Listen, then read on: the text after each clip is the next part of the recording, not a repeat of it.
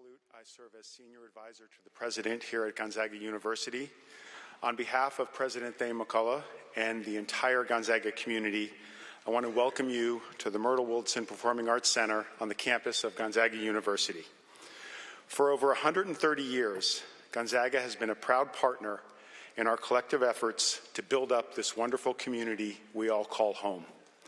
Gonzaga's educational mission is a commitment not just to our students, but to our region, our state, and to our country.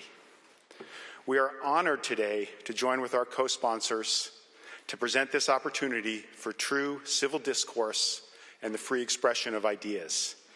This is education at work, and this is democracy at work. And it is important to acknowledge and highlight our collective participation. Thank you all for your commitment to this work, and thank you for joining us here at Gonzaga University.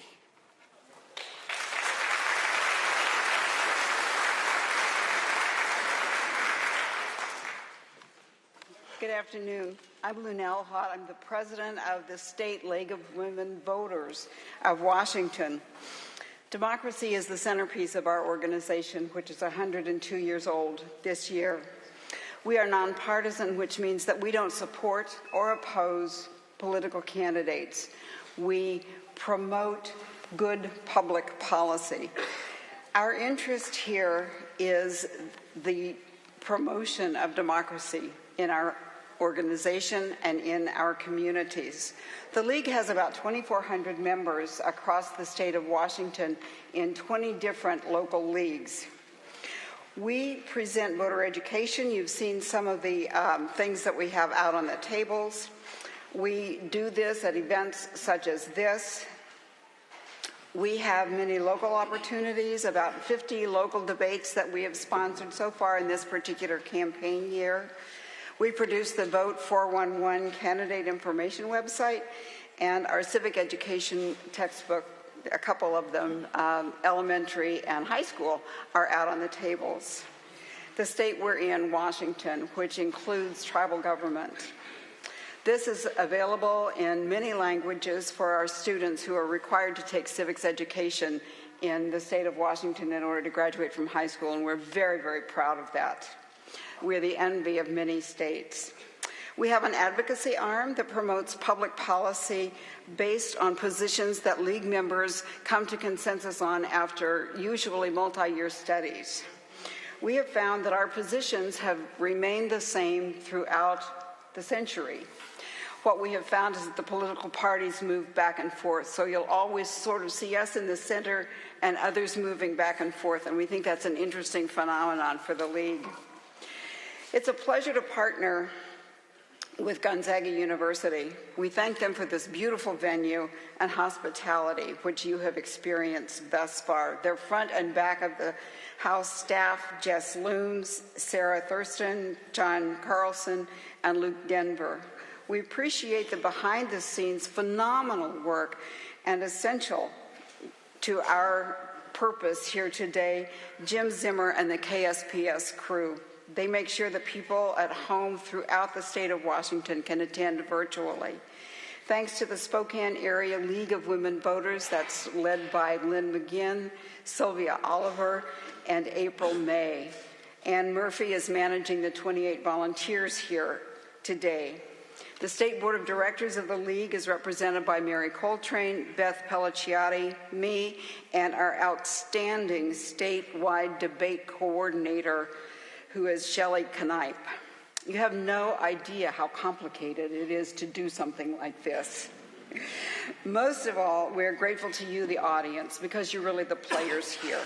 You care so much about our democracy that you are here in person to understand firsthand about these candidates. And we thank the candidates. In this environment, being a candidate is no small task. Their commitment to democracy and to what we are doing here is really appreciated. Thank you for showing up and being with us. Rob Curley.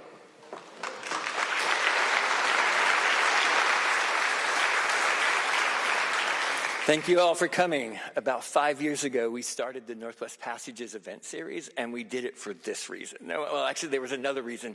I don't know if you've heard, the newspaper business is struggling right now, and we needed a way to help fund other journalists. So, let's go back. So, sorry, one more. Go back one more. That's me right there. So, we want a way to get help funding journalism, and you all have helped fund almost 28% of our newsroom, including making the Spokesman Review the smallest newspaper in the world with a DC bureau. So thank you so much for doing that. Thank you. If you want to know why it's so early, it's because if you've ever read our paper, you know how much we cover Gonzaga basketball, and I was going to be damned if we were going to cover this debate less than that. So I needed a lot of time. So there's a lot of stories tomorrow, so I had to move this up so we could write them all.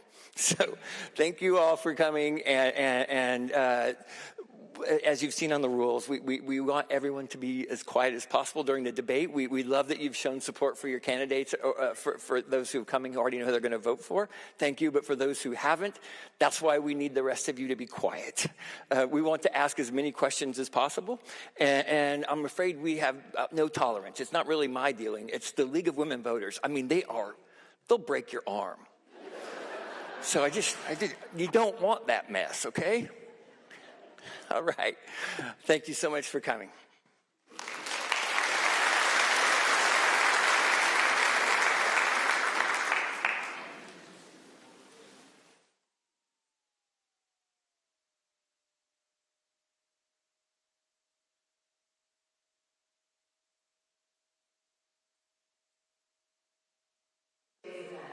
Please turn off your cell phones, and we ask that you not record the debate. Today's debate is a question and answer format. Each candidate has 90 seconds to answer. There are 2 opportunities to seek rebuttals. Rebuttals will be limited to 30 seconds. No rebuttals on the last question. The moderator will pose all questions and can ask appropriate follow-ups. If a follow-up question is asked, both candidates will have the opportunity to respond, and responses must be limited to 30 seconds. Candidates will not ask direct questions of each other, and there shall be no direct interaction between a candidate and the audience. We ask the audience to please remain respectful and refrain from applauding, booing, cheering, or whistling, or in other ways demonstrating support or non-support for a candidate. Any audience member who is disruptive will be escorted out of the auditorium by event security.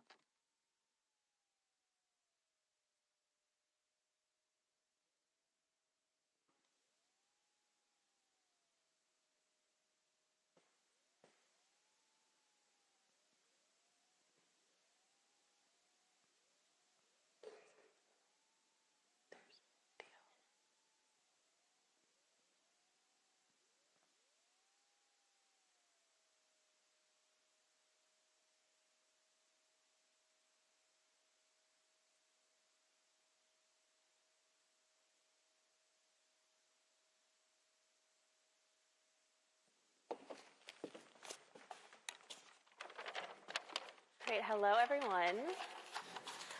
And welcome to the Secretary of State debate. Thank you all for watching and for being here. Today's debate is sponsored by the Spokesman Review's Northwest Passages Community Events Series, the League of Women Voters, KSPS Public Television, and Gonzaga University. It is affiliated with the Washington State Debate Coalition.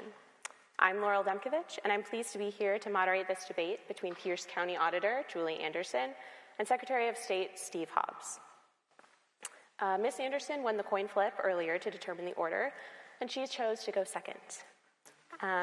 As was just mentioned, before we get started, I want to remind the audience to please refrain from clapping or cheering or booing so we can get through as many questions as possible. So let's get started. There is no official opening statement, but I do want to start by asking a pretty broad question that focuses on both of your experiences. You have both pointed to your experiences as being the most relevant for this job as Secretary of State. Mr. Hobbs, you were appointed last year to serve, to fill Kim Wyman's seat after serving as state senator, as well as decades in the National Guard. Ms. Anderson, you have been Pierce County's auditor since 2009. Why do each of you feel that you are the best for this position? Mr. Hobbs. You have 90 seconds. Thank you very much. I've dedicated myself to public service. This was instilled in me by my mom, who immigrated this country pregnant with me, knowing no English. We learned English together watching Sesame Street. It was the hard work and love of this country that inspired me to join the military at age 17, starting off as a private and raising through the ranks as a lieutenant colonel in the Army National Guard. During my 33 years of military experience, I've worked for the National Security Agency, assisted the security of elections in Kosovo and Iraq, and distributed nomination boxes in Iraq. I was a graduate of Department of Defense Information School, and I'm currently a public affairs officer. This makes me uniquely qualified to be your Secretary of State, taking on cyber and misinformation threats as I have already done in this office. Additionally, I've served 15 years in the State Senate, forging bipartisan solutions, working across the aisle. That's why I have many endorsements from Republicans, Democrats, from various newspapers, including the Association of Washington Business and the Washington State Labor Council. This office has evolved throughout the years beyond the coordination of elections with our 39 county auditors. It's now about defending our elections from external and internal threats from malign actors who are wanting to bring down our democracy.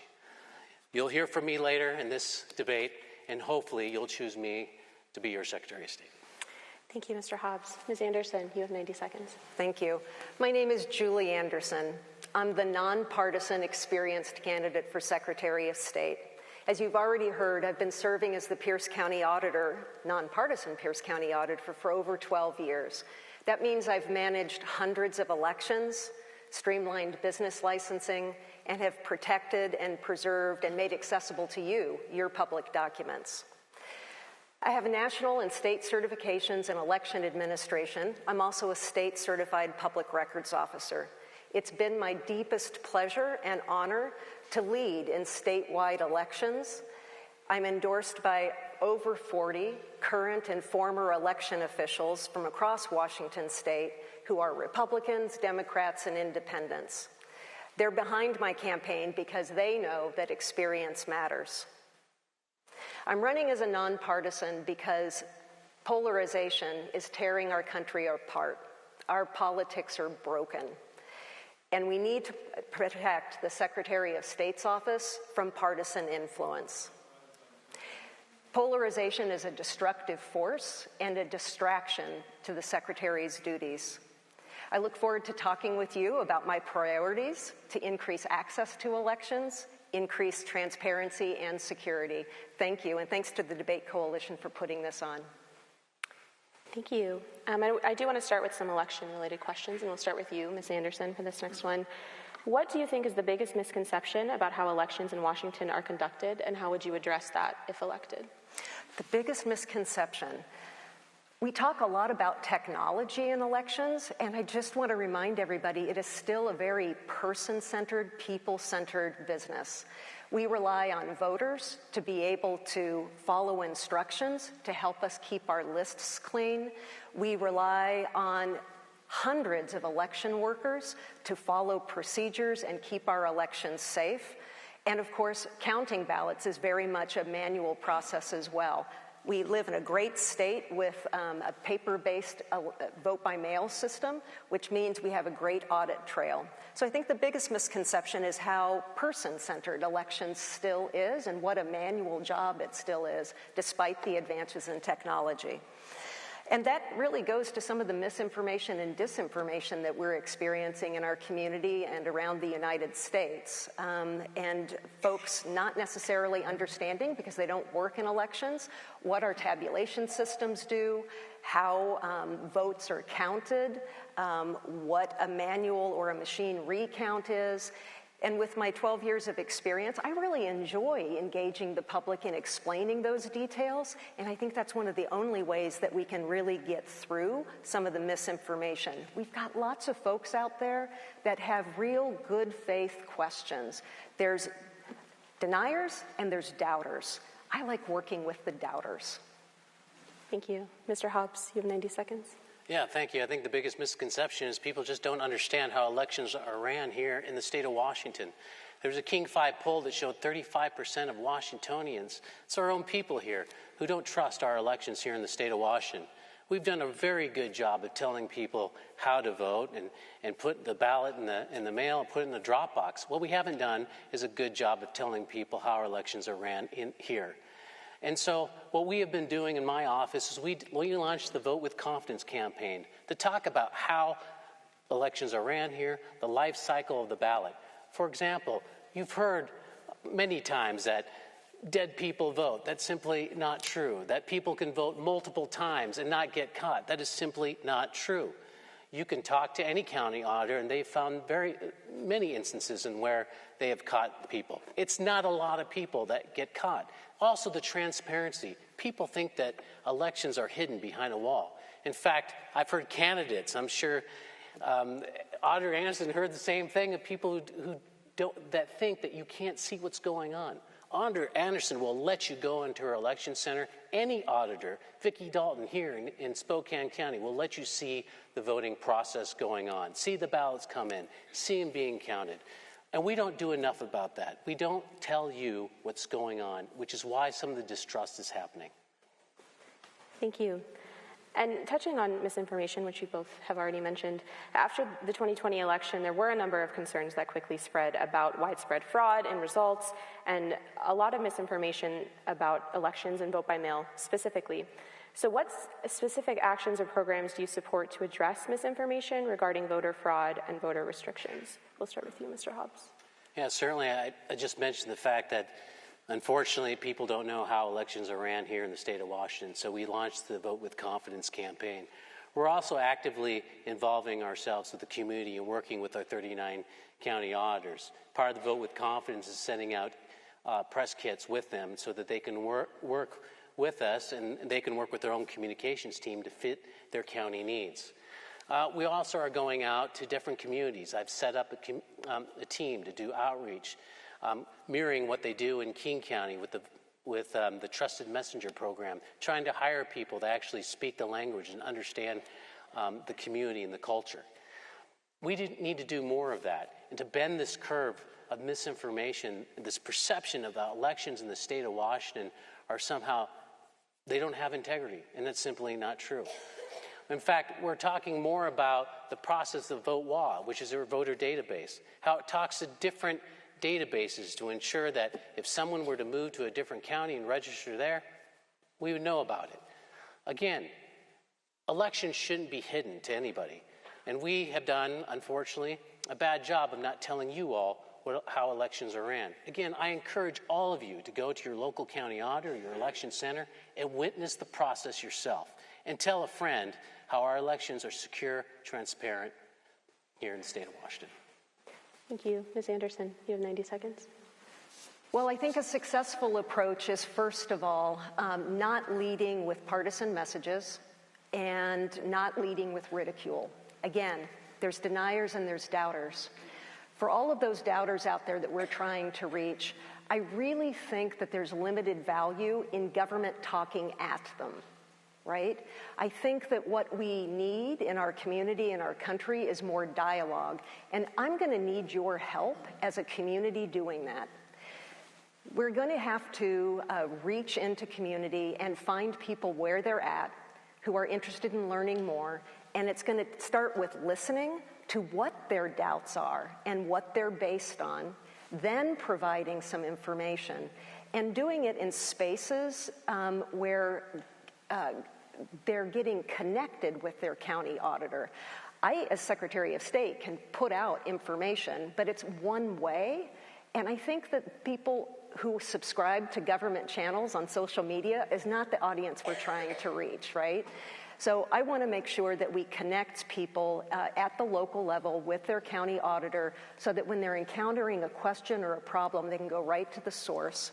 And I will say that the Vote with Confidence campaign, I've got to say, we didn't even have a chance to see that content until it started being printed in our daily papers, and that's not the kind of coordination and collaboration that we need.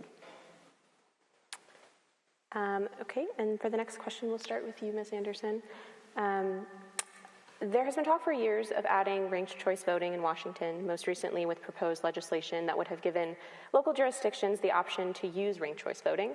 This election alone, there are a number of counties who are considering it in various initiatives.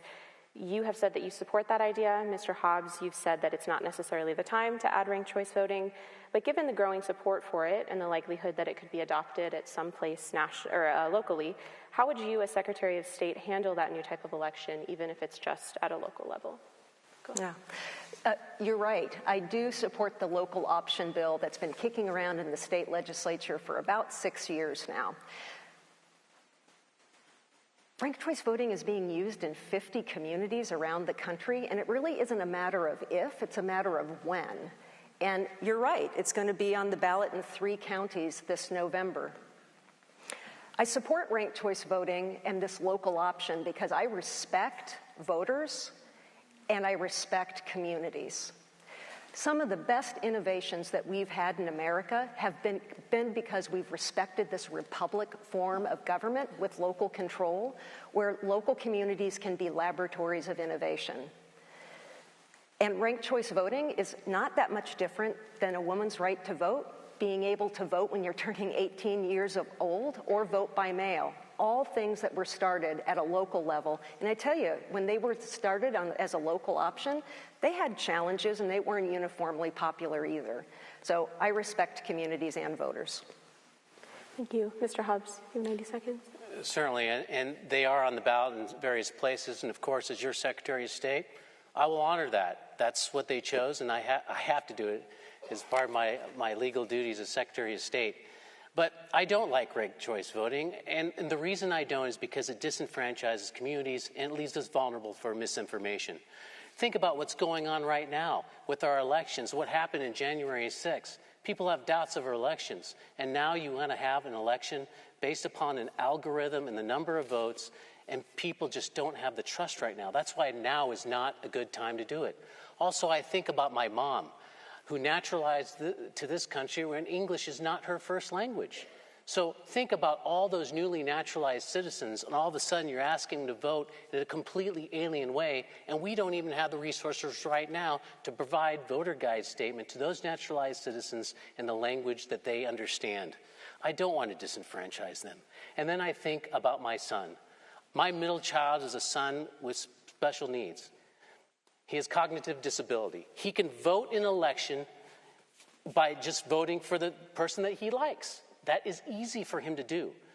But to sit down and have him go through ranked choice, it is very difficult for him. And he has a right to vote. He is a U.S. citizen, and we have to think about those individuals as well. So right now is not the best time to do ranked choice voting. Thank you. And we'll start with you, Mr. Hobbs, for the next question. I want to ask a couple questions about the archives, which is another role that Secretary of State has. The Secretary of State has responsibility for the certification, filing, and preservation of public records through the state archives. What changes would you make to the system to allow for more transparency and access to records while also ensuring the security of the archives? Well, the one thing we have to do is rapidly do more converting the records to digital. We need to do that. One thing I realized rather quickly is the amount of paper records that we need to convert so it can have access to the internet and so people can see it. So what I've done is I visited many of the archives, including the one in Eastern Washington University in Cheney, and I noticed that the equipment needs to be updated. Larger scanners need to be done. For example, some of our archives need to ship larger documents to Olympia to get them scanned. So we're in the process of providing larger scanners, more efficient scanners, and providing more people. We were depleted during the last Great Recession, and we didn't get those people back so that we can scan those records. It's one thing that we've been working on. Archives also, that's great, is we have very old records, including our state constitution. And one thing I'd like to do as a traveling show is visiting the various schools and museums and the communities, bringing out our state constitution and old documents so that people can see it and see the history and understand the history of our great state. Thank you. Ms. Anderson. Well, as you can hear, the state archives has a legacy of being very paper-based. But turning paper documents into images by digitizing them isn't the future. We've got a backlog. We need to do that in order to preserve those documents. But I'm going to be focused like a laser on modernizing the state archives. We have a responsibility to preserve and make accessible to each of you documents with permanent retention value that are created by local and state government. And that's back from the territorial days all the way to this minute. Think about what's happening in government right now. We are producing at the state and local level more digitally native documents at a higher volume than you can imagine. That means these are records that have never been a piece of paper, and they're complex. They're digital, they're interactive. Think about the redistricting process that we just went through.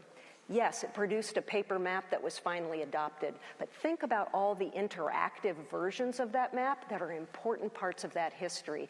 Think about all the online meetings that local and state government is having right now.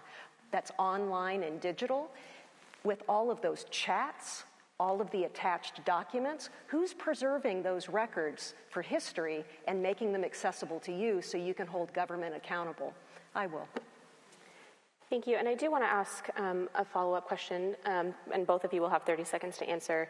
But, you know, you've mentioned the paper archives, and I've heard that they are currently running out of space. So what, if elected, would your plans be to deal with that? And we can start with you, Mr. Hobbs. Yeah, certainly. As I said, when I went to some of the archives buildings, some of them are running out of space, which is why we do need to quickly scan these and digitize our records. And so that's what we've been working on. Also, we are building a new state library in the Tumwater area, which will give us some more room. Luckily, as we move forward and different municipalities are moving to digital, so it makes it easier going forward in the future. But we have a lot of old documents that we need to convert. Thank you. You have 30 seconds. I think the first thing I'm going to do is take an entire capital scan of all of the buildings under the responsibility of the Secretary of State to find out what our space needs are, and then also look for opportunities for collaboration. In addition, of course, to scanning the paper documents, but we'll always need a safe place to keep those paper documents. I'd like to collaborate with the museums, the other history societies that we already collaborate with, to see if there isn't another local government that has the same needs. Couldn't we partner together? We will start with you for this next question. The Secretary of State is also responsible for corporation, business, and nonprofit registration. Are there any changes that you would want to make to how registration currently works? And if so, what would they be? Good news. Our corporations division has a really good reputation, and it's working pretty well for business. Just ask anybody that tries to do business in California. So we're doing pretty good. What is a hot mess right now is the charities division. The legislature made a change that took an effect this year, and to implement those changes, the Secretary of State's office had to change their computer system, and basically it broke. They're having to entirely re-platform it. That's not an issue. The problem was with the way the incumbent managed that project. He asked all of the charities in Washington State to submit all of their paperwork by hand on paper, and then had employees hand enter that data into a separate system. This created a 2 to 3 month backlog, which means that important charities that you and I rely on to do work in the community are showing up as delinquent on the state system, and some of them were even administratively dissolved. This means that they can't get insurance, they can't get financing if they're building a new building, and there's absolutely no excuse for that. I would have handled that project entirely differently. So I think by the time I get in office, I'm going to still have a little bit of cleanup to do. Thank you. Mr. Hobbs, you have 90 seconds. Yeah, thank you very much. Yes, I did inherit the problem. Unfortunately, you really had two options, or actually one option, which was to do something, which was do the paper option, or do nothing and allow the buildup of these nonprofits to just accumulate, which we weren't going to do. So we had to do that option. And of course, we are working on it, and we believe that our site will be back online in November. But it does take time. But to do nothing is not an option. One thing that we are doing in corporations, nonprofits, and charities is we're going to create field offices. We haven't done that in the past because if you have a huge problem and you can't work it out on the phone, for example, we had a Vietnam veteran Marine who was hard of hearing, he was not internet savvy, trying to do a nonprofit, had a horrible time trying to communicate with us. It happens across the state. So we are actually going to open up field offices in various parts of the state so that we can service you, so we can be there for you.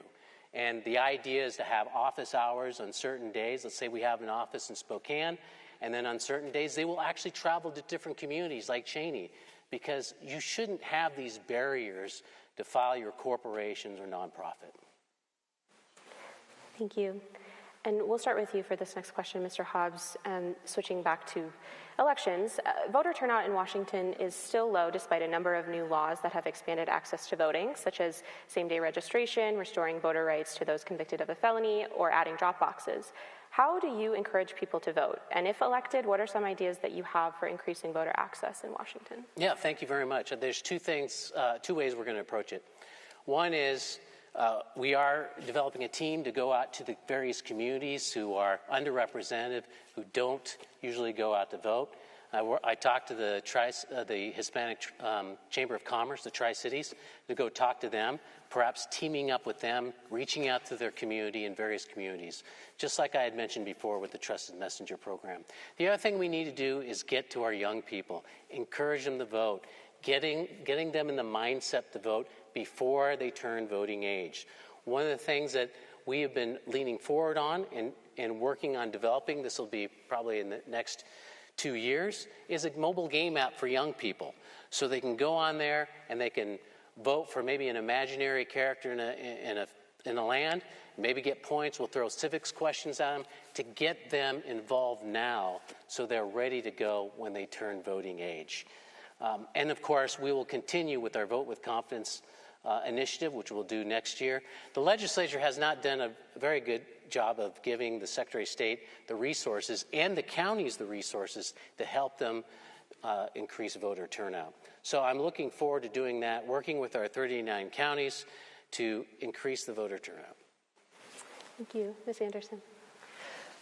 Well, Washington State performs pretty well when we compare ourselves with the rest of the states in the United States for voter turnout. But it sure is hard to have like a victory fist bump when you've got 20% turnout in a special election that's so important.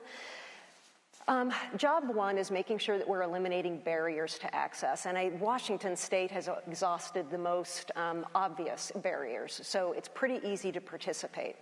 But you know, the one thing that is tested and true that turns a non-voter to a voter is interpersonal communication. It's having somebody ask you or share with you why the election is important. It might be a candidate that doorbells. It could be a neighbor, a coworker, or what happens at your kitchen table.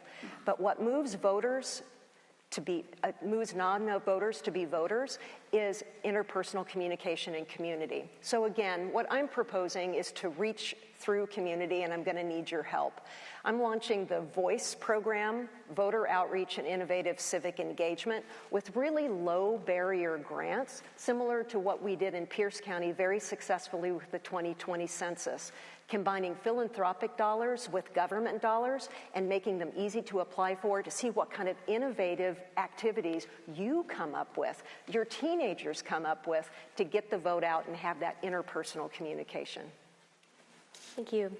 And we'll start with you for this next question. And on the idea of turnout, the legislature as well as some local jurisdictions have discussed the idea of moving elections in Washington to only even years. Is that something that you support, and why or why not? Well, it's something that I'm worried about. I do obviously want to increase turnout, and this is an idea that could potentially increase turnout. But it does have some consequences that I think we should pay attention to, and I would like to share with the state legislature. Think about this. Some of the misinformation and disinformation that we hear is about the integrity of our voting rolls and how accurate our mailing lists are. If we start skipping elections and skip an entire year, that's 4 opportunities that I'm missing to send a ballot to a voter and then have either the national change of address report back to me or have it returned so that I can inactivate the voter. So the more contact we have with voters, the cleaner our mail lists are. I'm also concerned about county budgets.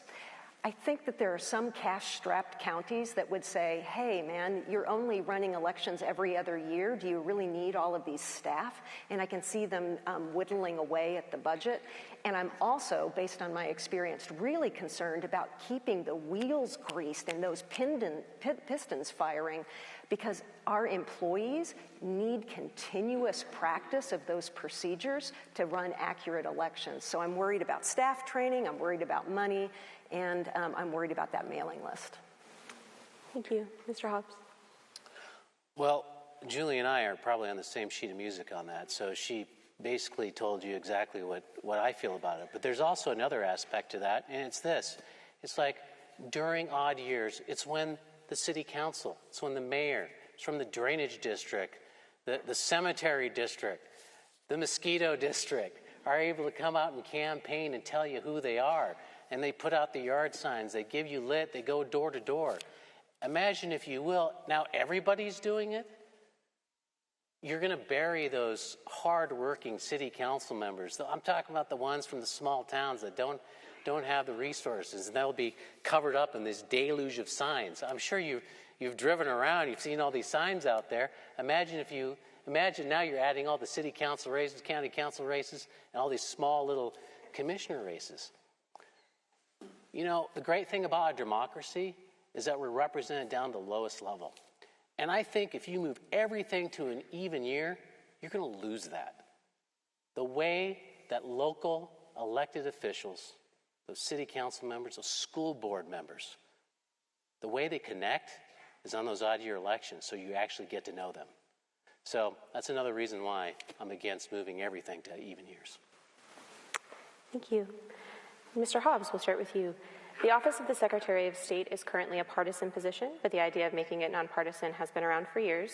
You are running as a Democrat. Ms. Anderson, you're running as a nonpartisan, though some records have shown that years ago you have donated to a number of Democratic campaigns. How do you think that the office would be different if it were nonpartisan, and is that a proposal that you support? Certainly. You know, I don't mind if it's nonpartisan, partisan, or whatever. That's not the point. I think the point is who's in the office. An old motto that we had in my infantry battalion when I served in Kosovo was deeds, not words. Your actions speak larger than your words, or the letter next to your name when you're running for office. The last 3, 4, 5 secretaries of state were all partisan, and people voted for them and trusted them. They're all Republicans, and people trusted them. I trusted them. So I don't think it really matters. I look at my record of working across the aisle in a bipartisan manner, crafting budgets very difficult in a bipartisan manner. I've got endorsements from Republicans and Democrats, endorsements from the Association of Washington Business and the Washington State Labor Council, and those guys fight each other all the time. It's really about building bridges and working and being able to work across the aisle and gain the trust. So I can work under any environment, whether it's nonpartisan or partisan. It's really about the person that's in the office that matters. Thank you. Ms. Anderson. Well, my opponent says that it doesn't matter, and I couldn't disagree more. I don't see, we've been discussing a lot today, people's distrust of government and how polarization is ripping our community apart. I don't see how you can take $250,000 from a political party.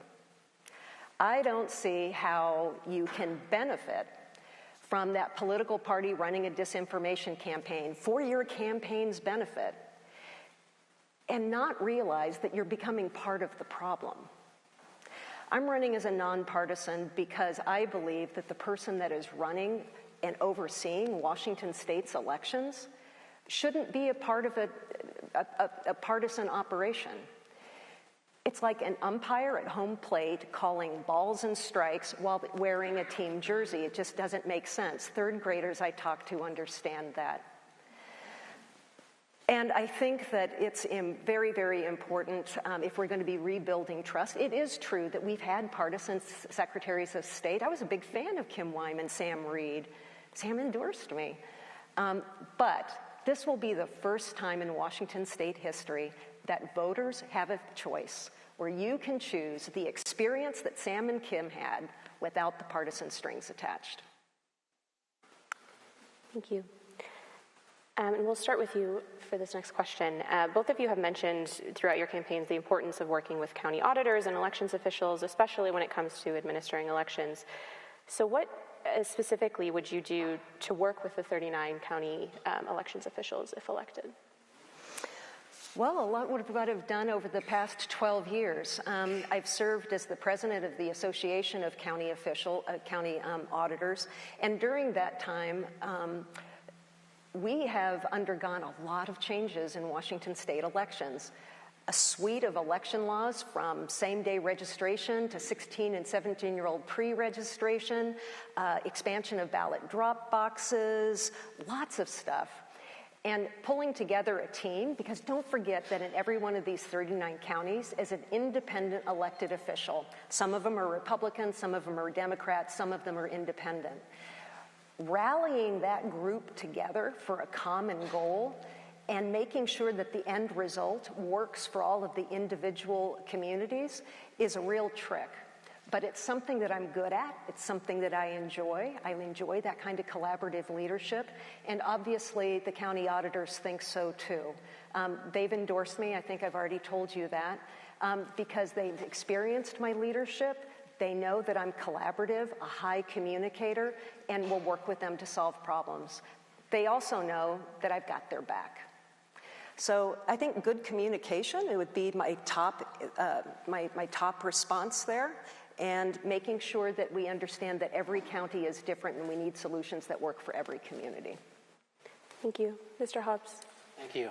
You know, it's great that Kim Wine was in before, because we just carried on through the tradition of communication with our county auditors. Not only do we go to the meetings that they have, but we have meetings once a month with county auditors, meetings every day during the election time with the counties. And also we have meetings once a week during session to coordinate legislation and policy ideas.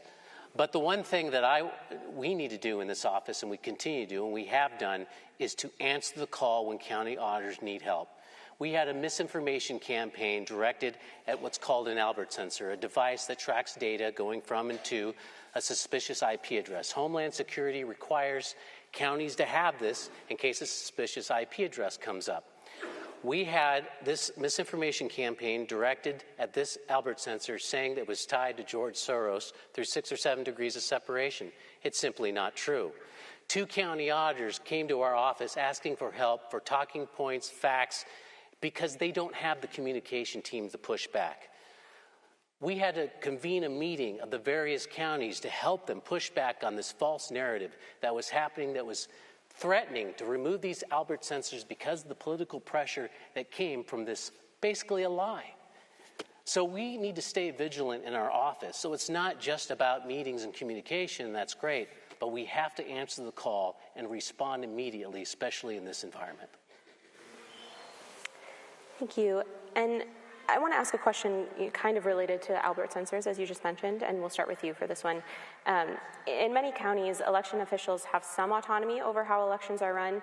In some cases, however, they may be limited to what they can do by other local officials, such as county commissioners, through the budget or shared IT systems. For example, earlier this year, some local governments looked at eliminating security systems, such as Albert sensors, based on misinformation.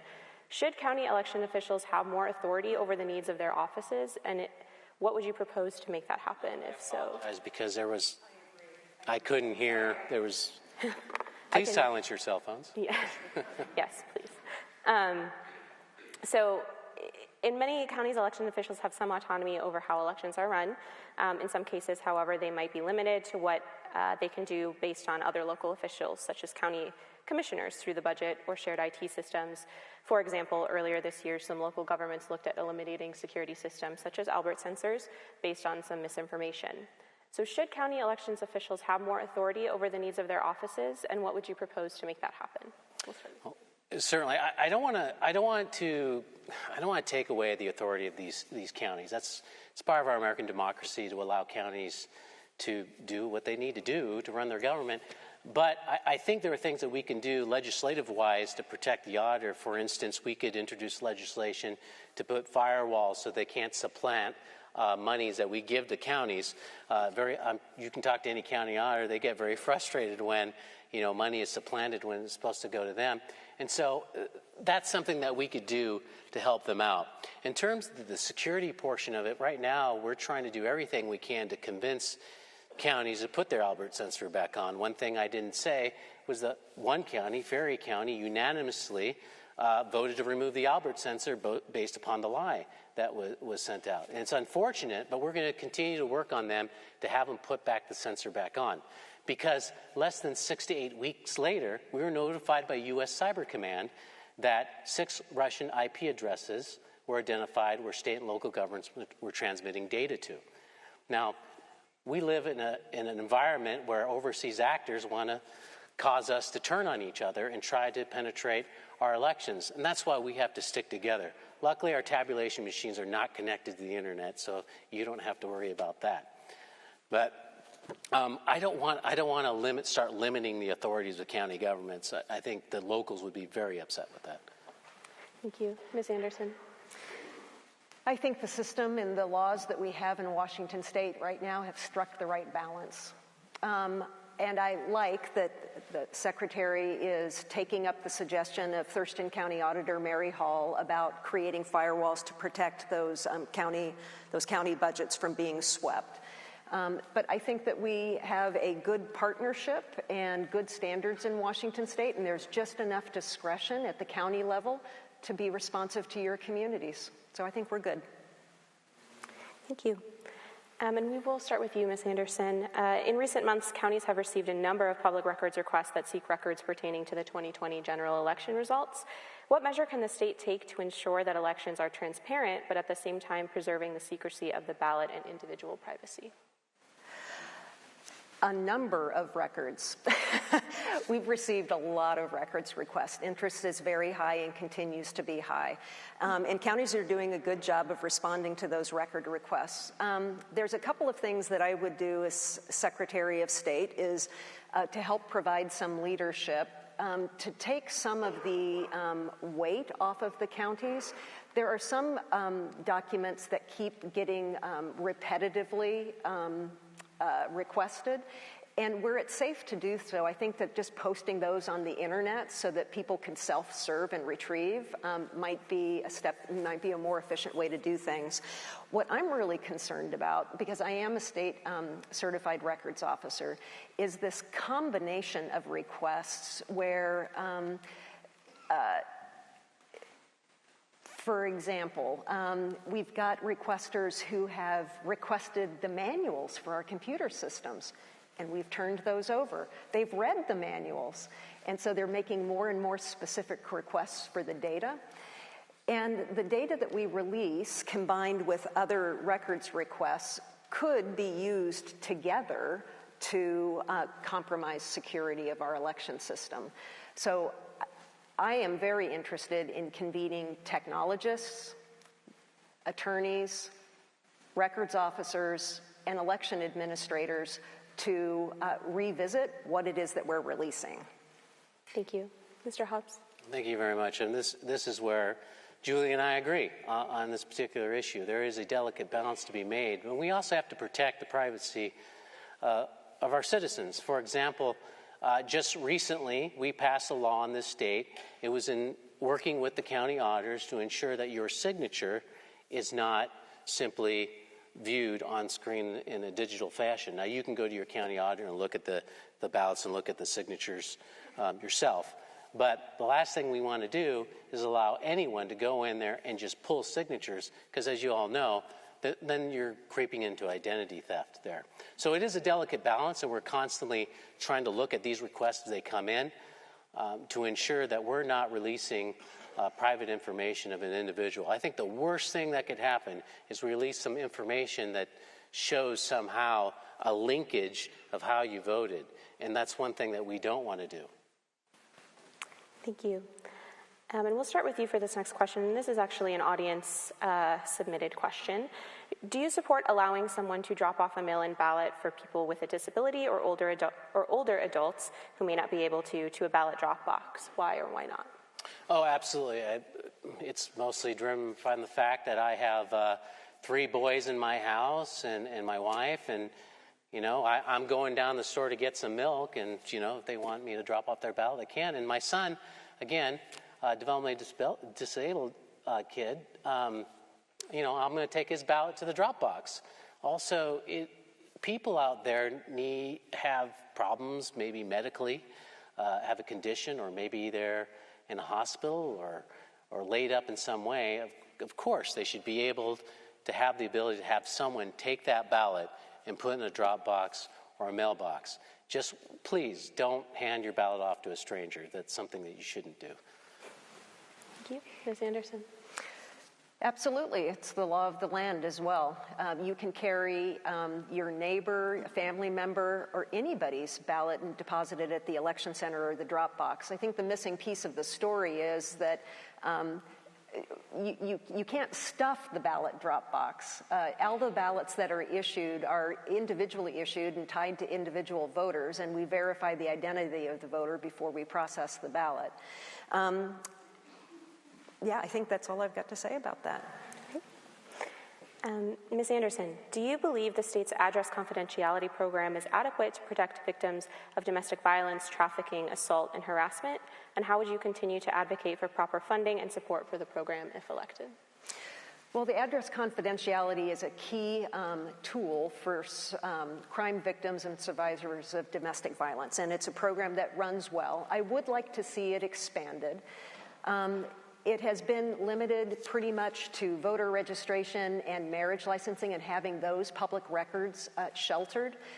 But we're moving into an age now where the state legislature has allowed these address confidentiality participants to own real property. So auditors and industry leaders are working through the Recording Standards Commission under the Secretary of State's office to make rules for what does real property and chain of title look like if those aren't public records. I was involved very early on in the Recording Standards Commission in this initiative. I would also like to use my experience. I was also the executive director of the YWCA and worked extensively with victims of domestic violence.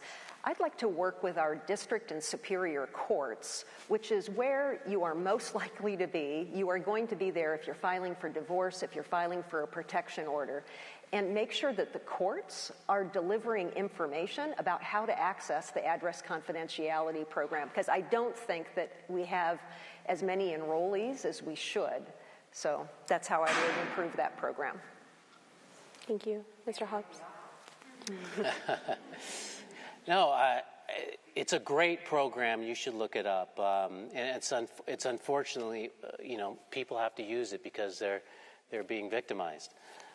My worry in the Secretary of State's office is ensuring that we have enough people in there to ensure the program keeps on running. So that's what I'll be keeping an eye on, because it is a great program. And obviously, any leakage that happens where someone can connect the dots and locate an individual is of grave concern to us and to the people that we serve. Thank you.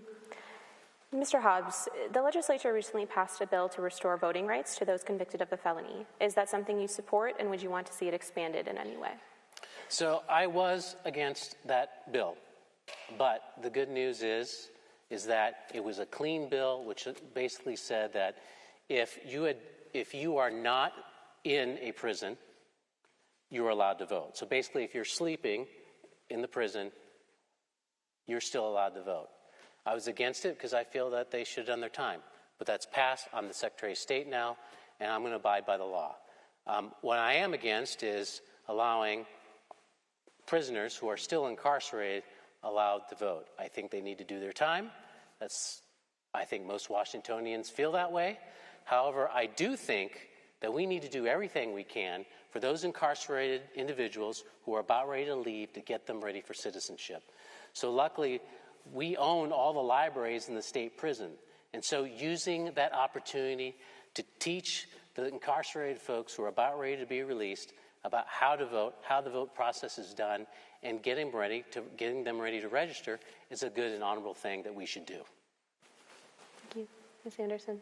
I did support that bill, and I'm glad that it passed. It does make clear that if you're behind bars serving your time for your felony, that you can't register and you can't vote. But it clarified that the legal financial obligations don't need to be completed, which basically amounts to a poll tax. What's often misunderstood is that if you're not making good faith efforts towards clearing that debt, the prosecutor can refer back to court and can have that petition to have that franchise taken away. I think that being able to vote is an important part of restorative justice and making amends to a community. If somebody's serving time in prison for a felony, they've done harm to the community and to their neighbors. And being able to participate in voting and becoming part of the community, don't we all want everybody to take part in this responsibility? And if they're willing to do it, we want to register them and make sure that they get a ballot. So I think it's a good idea. Yeah. Thank you. Ms. Anderson, during the 2020 election, your predecessor, or Mr. Hobbs' predecessor, Secretary Wyman, was very outspoken nationally about Washington's election systems and worked with a number of other secretaries of state on improving their systems. How would you work with other states to help improve their systems and security regarding elections? And are there any federal reforms that you would like to see enacted? Well, I'm going to do what I'm currently doing as a county auditor and definitely keep doing what Kim did as Secretary of State. We fairly regularly host other states at Pierce County elections so that they can look at our technology, meet with our staff, talk about our procedures, and review Washington state election law. So we're going to keep doing that. The last state that we hosted for any length of time was Hawaii, and they're now entirely a vote-by-mail state. I don't know if you know this, but we've gone from 5 vote-by-mail states to 8 in 2021. I think a primary duty of the Secretary of State is to export confidence and evidence to other states so that they can find their way to the voting system that makes best sense for their communities. And to, just to provide that evidence and export confidence. Yeah. Mr. Hobbs. Yes, there's an association called the National Associations of Secretaries of State, and that group works together on national policies to move voting forward. And there is a sizable group of us in that organization that would like to see the Voting Rights Act passed in Congress. Unfortunately, it's sitting there in the U.S. Senate. Hopefully things can change in the next election so they can move forward. But here's the thing, 90% of the stuff in that bill is what we already do. Now, there's some stuff in there that we don't do, like making a national holiday. We don't do that here. And, I mean, it'd be great for all of you, but for my office, we have to work that day. But that's something that we will continue to do, working with our other secretaries of state. And we also do a lot with cybersecurity and misinformation. We meet regularly with Homeland Security to talk about these issues as they come up. In fact, the Secretary of State is the only statewide elected office where Homeland Security offers security clearances. Thank goodness I worked in the National Security Agency and dealt with cybersecurity and misinformation threats, so I already had a security clearance. But we all work together to protect our democracy. Thank you. And I want to ask one more audience-submitted question before we have to wrap up. Mr. Hobbs, we'll start with you. How will you ensure that older adults are not the target of election scams? Yes, thank you very much. One thing that we've been doing, again, is looking into the future and how we can help our more senior voters not get scammed. And it's not just about voting, too. It's about corporations, charities, and nonprofits. It's very frustrating. There's bills I'd like to put out next year dealing with those issues, because if you Google sometimes corporations, there'll be these scam artists that'll come up on top rather than the Secretaries of State office. And doing the outreach that I told you about, creating these groups, the Trusted Messenger program that are tied to communities, and reaching out to organizations that have strong ties to the communities, like the Hispanic Chamber of Commerce and the Tri-Cities, to get the word out about how elections are ran and to avoid fraud and notify them about instances of misinformation that could that could come up. Thank you. Ms. Anderson? The Secretary of State's office really can be like a consumer protection agency, overlaying all of these divisions: corporations, charities, address confidentiality, elections, the state library, state archives, with some special sensitivities about how you can be taken advantage of and defrauded. Pierce County, we do something pretty innovative with those people who are living in assisted living and nursing homes. I go out and teach the owners of those facilities and the managers there and the staff about their duties and responsibilities, letting them know what the law says about the limitations of assisting people with voting, what to do if a voter doesn't want to participate anymore, and that they don't have the right to make that decision for somebody that's in a facility. Only a court order or the voter themselves can do it.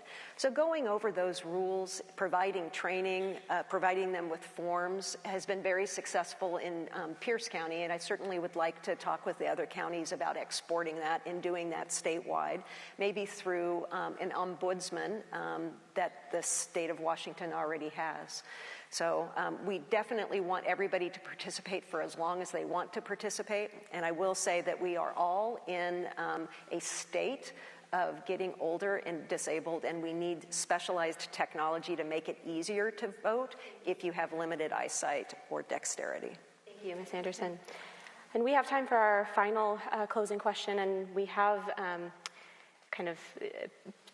we're running out of time, so I think we have to keep our responses to about 30 seconds, if that's okay.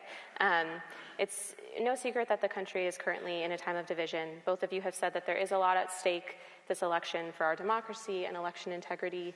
If elected, how would you work with people on the other ends of the political spectrum, especially those that might have doubts about elections? We'll start with you, Ms. Anderson.